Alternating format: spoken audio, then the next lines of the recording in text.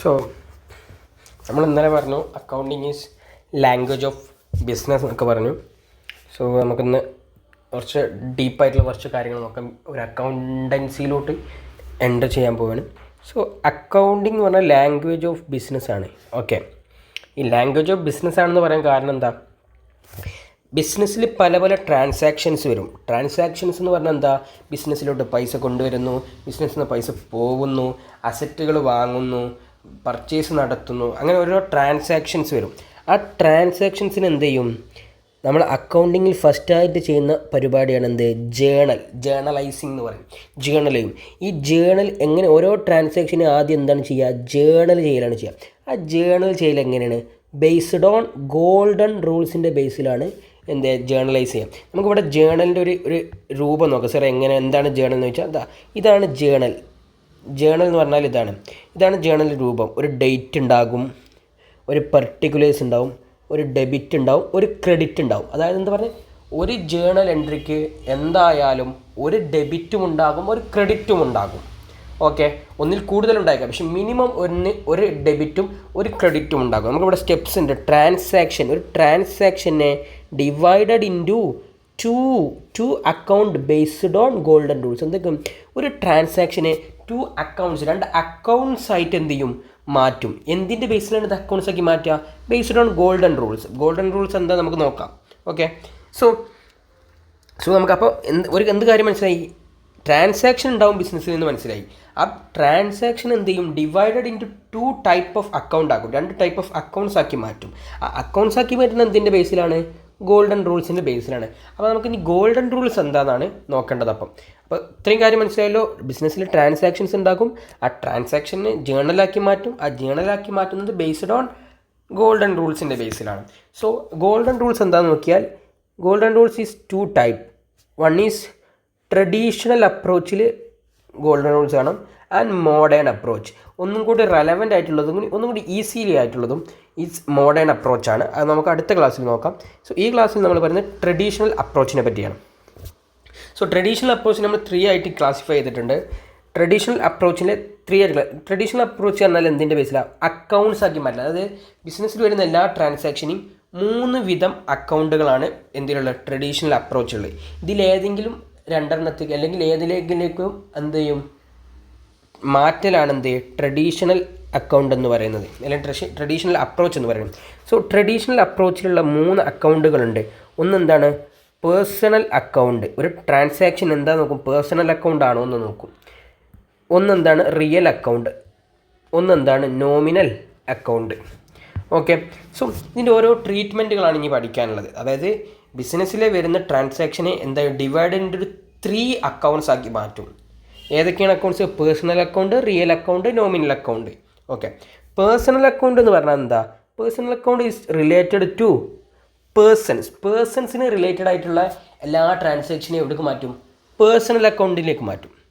Okay, and real account പറഞ്ഞാൽ എന്താ? Real account it means അസറ്റുകളെ എന്ത് ചെയ്യും? അസറ്റുകൾ എന്താണ്?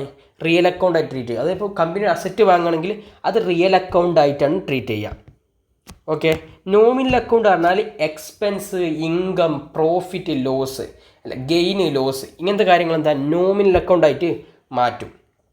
ഇതിൻ്റെയൊക്കെ ട്രീറ്റ്മെൻറ്റ് എങ്ങനെയെന്ന് വെച്ചാൽ, പേഴ്സണൽ അക്കൗണ്ട് ആണെങ്കിൽ പേഴ്സണൽ അക്കൗണ്ടിൽ ആരെ കയ്യിൽ നിന്നാണോ നമ്മൾ പണം വാങ്ങുന്നത്, റിസീവർ എന്ത് ചെയ്യും?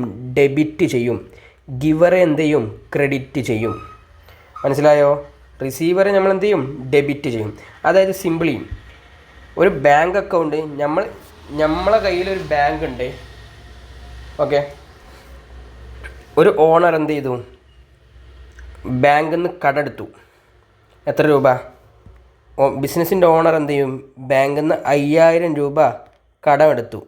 സോ ഈ 5000 രൂപ കടമെടുക്കുമ്പോൾ നമ്മുടെ ബാങ്ക് റിസീവർ എന്താ? നമ്മളെ ബാങ്കാണ്.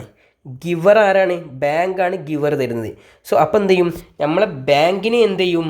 നമ്മളെന്ത് ചെയ്യും? ഡെബിറ്റ് ചെയ്യും. എവിടേക്ക് വന്നത്? റിസീവർ. ആ പൈസ റിസീവ് ചെയ്തിരിക്കുന്ന ബാങ്കാണ്. ബാങ്കിനെ നമ്മൾ എന്ത് ചെയ്യും? ഡെബിറ്റ് ചെയ്യും. ഗിവർ ആരാണ് തന്നത്? SBI അക്കൗണ്ട് SBI ബാങ്ക് ആയിരിക്കാം, അല്ലെങ്കിൽ ഫെഡറൽ ബാങ്ക് ആയിരിക്കാം, അല്ലെങ്കിൽ ഒരു ആളാണ് നമുക്ക് പൈസ കടമായി തന്നിട്ടുണ്ടെങ്കിൽ അയാൾ എന്ത് ചെയ്യും, ക്രെഡിറ്റ് ചെയ്യും.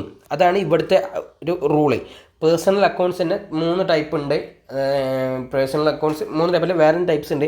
അത് ആർട്ടിഫിഷ്യൽ പേഴ്സണൽ അക്കൗണ്ട്, അങ്ങനത്തെ കുറച്ച് ഇതൊക്കെ ഉണ്ട്. സോ അപ്പോൾ അതൊക്കെയാണെന്ന് വിചാരിച്ചു. ബേസിക്കലി ഇത്ര നോക്കിയാൽ മതി. പിന്നെ നമുക്ക് നോക്കാനുള്ളത് റിയൽ അക്കൗണ്ട്. റിയൽ അക്കൗണ്ട് എന്ന് പറഞ്ഞാൽ അസറ്റിൻ്റെ ബേസിലാണ്. അസറ്റ്സ് പറഞ്ഞാൽ 2 ടൈപ്പ് ഉണ്ട്. Tangible asset and intangible assets ഉണ്ട്. സോ അസറ്റ് എന്ന് വെച്ചാൽ അസറ്റ് വരികയാണെങ്കിൽ കംസ് ഇൻ. അസറ്റ് വരികയാണെങ്കിൽ എന്തിനു ചെയ്യണം, അതിനെ ഡെബിറ്റ് ചെയ്യണം. അസറ്റ് പോവുകയാണെങ്കിൽ എന്ത് ചെയ്യണം, അസറ്റ് കംസ് ഔട്ടാണെങ്കിൽ എന്ത് ചെയ്യണം, ക്രെഡിറ്റ് ചെയ്യണം. അപ്പോൾ എന്താണ് പറയുന്നത്, ഒരു അസറ്റ് നമ്മൾ വാങ്ങുകയാണെങ്കിൽ എന്ത് ചെയ്യേണ്ടി, ആ അസറ്റിന് എന്താ ചെയ്യേണ്ടി, ഡെബിറ്റ് ചെയ്യണം. അപ്പോൾ നമുക്കതിന് സിമ്പിളായിട്ടൊരു എക്സാമ്പിൾ നോക്കാം.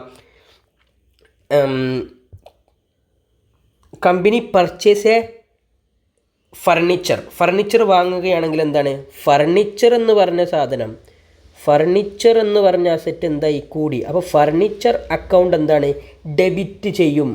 എത്ര രൂപേൻ്റെയാണ്, 1000 രൂപ. അപ്പോൾ ഇതിന് നമ്മൾ പോകുന്നത് എന്താണ്, ക്യാഷ് പോയി, ക്യാഷ് എന്തായി, പോയി. അപ്പോൾ ക്യാഷിന് നമ്മൾ എന്ത് ചെയ്യും, ക്യാഷ് അക്കൗണ്ട് നമ്മൾ എന്ത് ചെയ്യും, ക്രെഡിറ്റ് ചെയ്യും. നമുക്ക് ഒന്നും കൂടി എക്സാമ്പിൾ വെച്ച് നോക്കുമ്പോൾ മനസ്സിലാക്കാം. ഓക്കെ, സോ ഇപ്പോൾ ഇത്രേ പറഞ്ഞിരുന്നുള്ളൂ. സോ അടുത്ത് നമ്മൾ നോമിനൽ അക്കൗണ്ടിലോട്ട് പോകുന്നു. സോ നോമിനൽ അക്കൗണ്ട് പറഞ്ഞാൽ എന്താ, എക്സ്പെൻസും നോമിനൽ അക്കൗണ്ട് പറഞ്ഞാൽ വന്ന ട്രാൻസാക്ഷൻ എക്സ്പെൻസ് ആണോ, ഇൻകം ആണോ, ലോസ് ആണോ, ഗെയിൻ ആണോ നോക്കും. എക്സ്പെൻസും ലോസും ആണെങ്കിൽ അതിനെ ഡെബിറ്റ് ചെയ്യും. അതേപോലെ ഇൻകമോ ഗെയിനോ ആണെങ്കിൽ അതിനെന്ത് ചെയ്യും, ക്രെഡിറ്റും ചെയ്യും.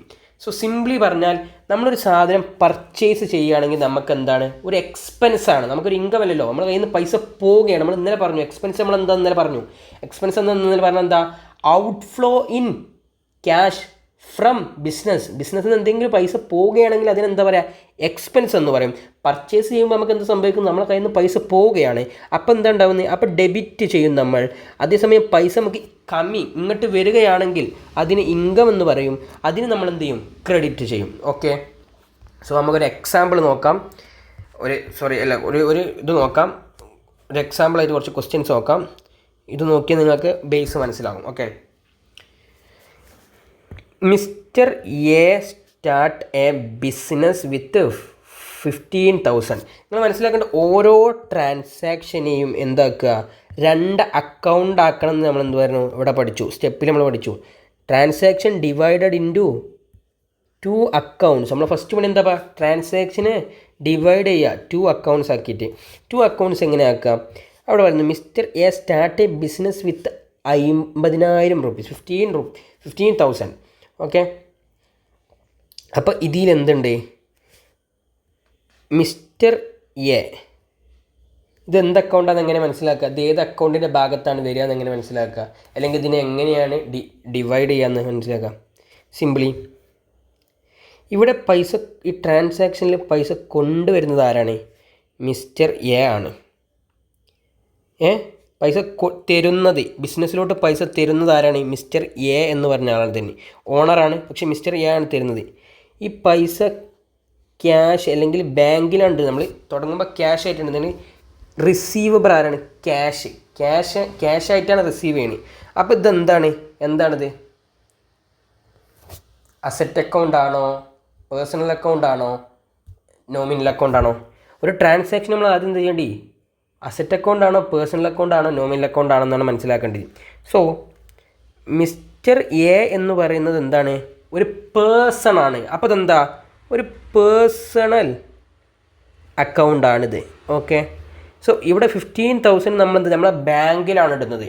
ബാങ്ക് എന്താ, ഒരു പേഴ്സൺ ആണ്, ഒരു റെപ്രസെൻറ്റേറ്റീവ് പേഴ്സൺ ആണല്ലോ, നമുക്ക് റെപ്രസെൻ്റ് ആയിട്ട് നിൽക്കുന്ന ഒരാളാണ് എന്ത്, ബാങ്ക്.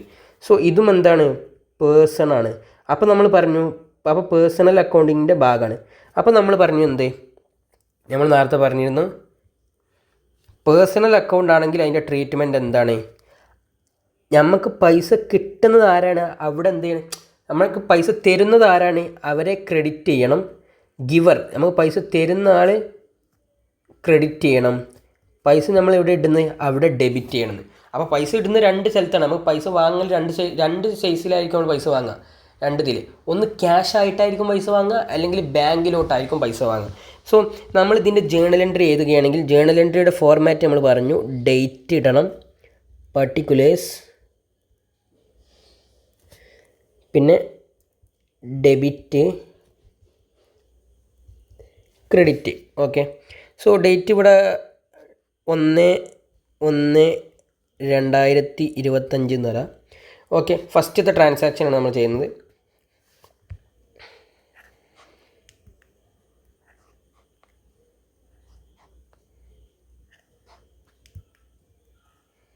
ഓക്കെ, ഫസ്റ്റ് ട്രാൻസാക്ഷൻ ചെയ്യുന്നത്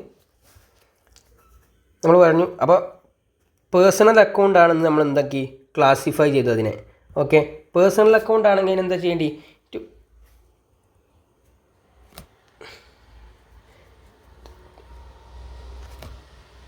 പേഴ്സണൽ അക്കൗണ്ടാണ് നമ്മളെന്താ ചെയ്യേണ്ടി, ആരാണ് പൈസ തന്ന് അയാളെന്തിന്.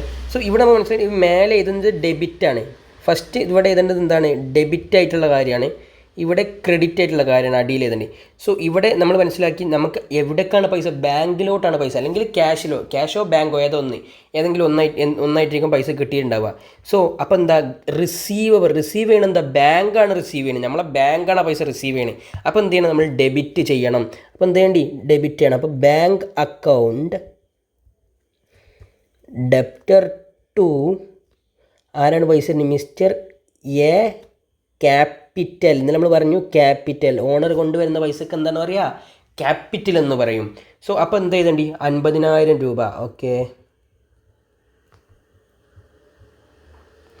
ഓക്കെ, ഫസ്റ്റ് ട്രാൻസാക്ഷൻ കഴിഞ്ഞു.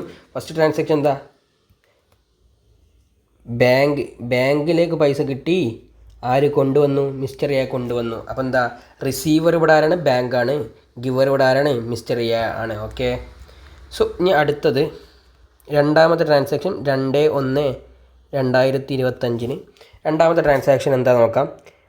പെയ്ഡ് വേജ് ₹50 250 25,000 റുപ്പീസ്, 25,000 എന്ത് ചെയ്തു, പെയ്ഡ് ചെയ്തു, എന്ത് വേജ്, 25,000 പെയ്ഡ് ചെയ്തു വേജ്. അപ്പോൾ ഇപ്പോൾ ഈ ഒരു ട്രാൻസാക്ഷൻ എന്താ നമ്മൾ എന്ത് ചെയ്യണം, ക്ലാസിഫൈ ചെയ്യണം. എങ്ങനെയാണ് ക്ലാസിഫൈ ചെയ്യുക, വേജ് എന്ന് പറഞ്ഞാൽ എന്താണ്, എക്സ്പെൻസ് ആണ്. അത് നമുക്ക് എങ്ങനെ മനസ്സിലായി, നമ്മൾ ഇന്നലെ പഠിച്ചിരുന്നു. പെയ്ഡ് ചെയ്യാൻ എന്താണ്, പൈസ പോവുകയാണ് ബിസിനസ്സിൽ നിന്ന് പൈസ പോവുകയാണ്. നമ്മൾ ബിസിനസ്സിൽ നിന്ന് പൈസ പോകുന്നത് നമ്മൾ ഇന്നലെ പഠിച്ചു, എന്താണ്, എക്സ്പെൻസ് ആണെന്ന് പഠിച്ചു. അപ്പോൾ എക്സ്പെൻസ് ആണെങ്കിൽ അത് എവിടെ വരും, നമ്മൾ നേരത്തെ പറഞ്ഞു നോമിനൽ അക്കൗണ്ടിൽ വരും. എക്സ്പെൻസ് ആണെങ്കിൽ എവിടെ വരും, അത് നോമിനൽ അക്കൗണ്ടിൻ്റെ ഭാഗത്ത് വരും. അപ്പോൾ എക്സ്പെൻസ് ആണെങ്കിൽ എങ്ങനെ ട്രീറ്റ് ചെയ്യുക, ഡെബിറ്റ് ചെയ്യണം. എക്സ്പെൻസ് ആണ് നമ്മൾ എന്ത് ചെയ്യണം, ഡെബിറ്റ് ചെയ്യണം. ഓക്കെ, സോ പിന്നെ നമുക്ക് ഇവിടെ എന്താ ഉള്ളത്, 25,000 രൂപ പൈസയാണ്. നമ്മൾ ഇതിന് ഫുള്ളി ഒന്നിക്ക് നമുക്ക് രണ്ടായിട്ടാണ് ക്യാഷ് അല്ലെങ്കിൽ ഇത് വരിക. ഒന്നിക്ക് ഇൻഫ്ലോ ഉണ്ടാവുക, ഒന്നിക്കിൽ ബാങ്കിലോട്ടായിരിക്കും, ഒന്നിക്കിൽ ക്യാഷിലോട്ടായിരിക്കും. നമ്മളിവിടെ ഫുൾ എടുത്തിട്ടുള്ളത് ബാങ്കായിട്ട് മാത്രം എടുക്കുന്നത്. ഒന്നിക്കിൽ ബാങ്ക് അല്ലെങ്കിൽ ക്യാഷ് എടുക്കുക. അതായത് ഇവിടെ ബാങ്ക് ഓർ ക്യാഷ് എന്നായിട്ട് എടുക്കാം. അപ്പോൾ നമ്മൾ ഇതിലെടുക്കുന്ന ബാങ്ക് മാത്രമാണ് എടുക്കുന്നത്. സോ 25,000 പോകുന്നത് ഇവിടെ നിന്നാണ്, ബാങ്കിൽ നിന്നാണ്. ഓക്കെ, അപ്പോൾ ഇവിടെ മനസ്സിലായി വേജ്, പെയ്ഡ് വേജ്. അപ്പോൾ ഈ വേജ് എന്ന് പറഞ്ഞ സംഭവം എന്താണ്, എന്താ, ഒരു എക്സ്പെൻസ് ആണ്, ഒരു നോമിനൽ അക്കൗണ്ടാണിത്. അതേപോലെ 25,000 പോയി, ഇതെന്താ, ഇതൊരു പേഴ്സണൽ അക്കൗണ്ടാണ് അല്ലേ, പേഴ്സണൽ അക്കൗണ്ടാണ് നമ്മൾ മേലെ പറഞ്ഞു. കാരണം ഇവിടെ ബാങ്കിലോട്ട് പൈസ വന്നത് എന്താണ്, ഒരു പേഴ്സണൽ